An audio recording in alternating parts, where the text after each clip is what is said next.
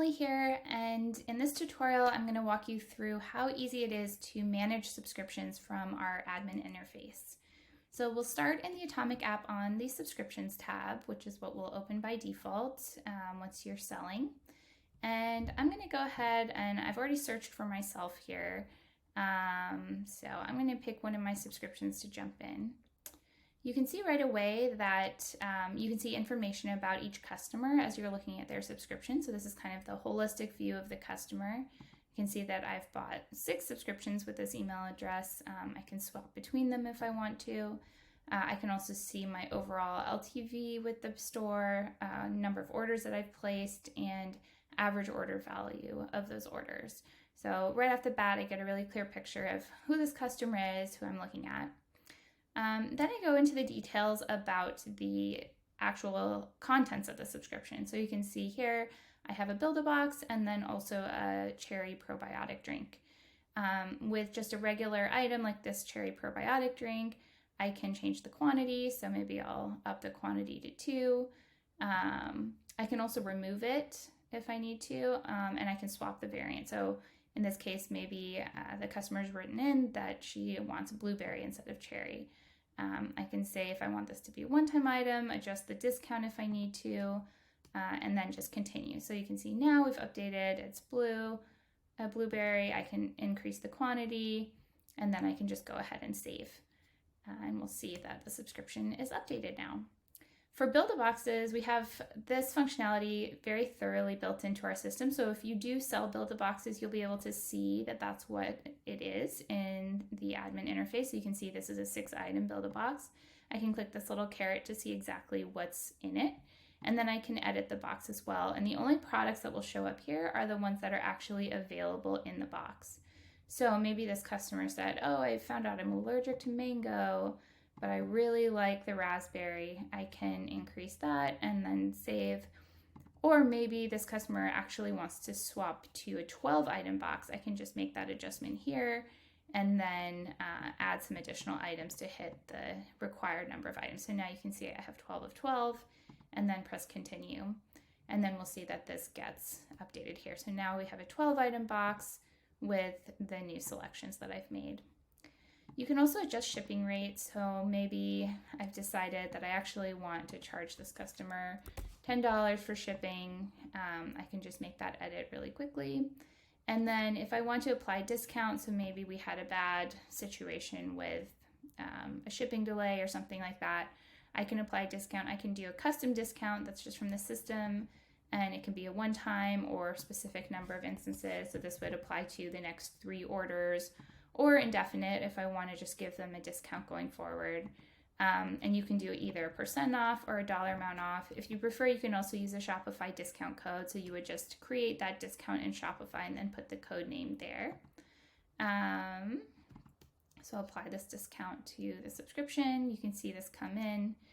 And then I can also add products. So this will allow me to add any product or variant that I have available in the store. So maybe I'll add this citrus craze product here.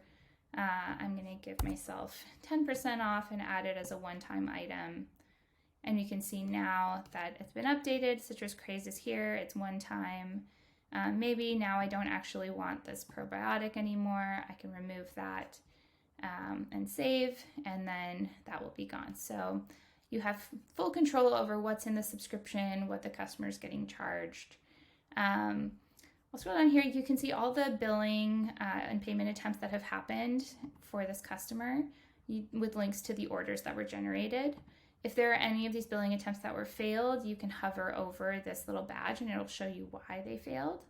And then I can also see a whole timeline of everything that's happened. So you can see all the things I just did, that I was the one who did the change via admin. You can see the history of notifications, the history of moments, which we can go through in another tutorial. I can even see the history of box changes, so that I went from this previous box selection to this new box selection, and I updated the box size. So this really gives you a whole history of what's happened, who did what when, and that can answer a lot of questions when you may be talking to a customer or kind of looking at a subscription. Then we can go into kind of all of the nuts and bolts of the actual subscription. So you can, of course, change the status. So if a customer writes in and says that they want to pause or they want to cancel, you can do that. You can leave a reason as well, so that goes through to our analytics and you can keep track of the reasons people are canceling. If you need to edit the frequency, you can do so. So you can pick frequencies that are associated with the plan, or even like a totally custom one. So maybe this customer actually uses this product every 6 weeks and they've asked to update that. All of these things, for the most part, can also be done through the customer portal as well, which we'll go through in another tutorial. But in case you need to be able to update them on the admin side, they're here for you too. You can see the link to the last order and when that date was. You can edit the next billing date. So maybe this person asked to not be billed until the 27th. So I'll go ahead and update that. You can even add batching settings to a specific subscription. Usually this is done through the subscription plan, but if you ever need to add or edit them, you can do that here. You can leave notes, and these notes will be added to every order generated by the subscription. So for example, if I leave a note that says allergic to peas and then save that, then the next order that's generated, the notes section will say this so that your fulfillment folks can see the important notes associated with this customer. You can edit the shipping address. Again, customers can do all of this via the portal as well, but if you ever need to help out, you can do that. Billing address is part of the payment method. So generally, if someone needs to update their payment, you click this link, which will send them an email to update their card in a secure way with Shopify. So you can see pretty much anything you can imagine you can do in our admin interface for editing a subscription or viewing kind of what's ever happened with it.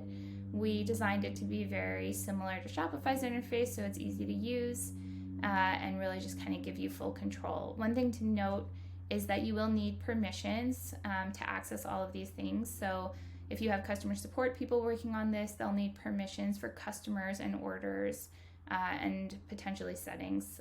We'll post a help article with a full link of permissions that people need to be able to effectively manage subscriptions from this interface. Great. As always, feel free to reach out if you have any questions or need any help using Awtomic. We're always happy to help you. Thanks.